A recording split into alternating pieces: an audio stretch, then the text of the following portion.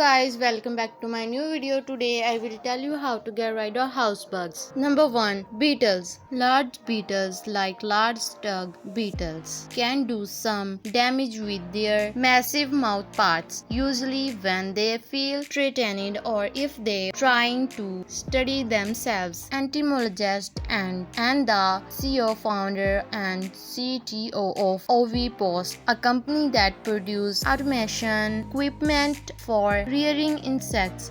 Usually this is pretty mild, barely more than a stubbed toe, or ice the area if it's at all bruised and used as bandage if necessary. Number 2. Mosquitoes. Throughout the world, more people are killed by mosquitoes borne illness than any other factor. In the United States, mosquitoes can spread different types of encephalitis and can transmit earthworms to domestic animals like dogs and cats.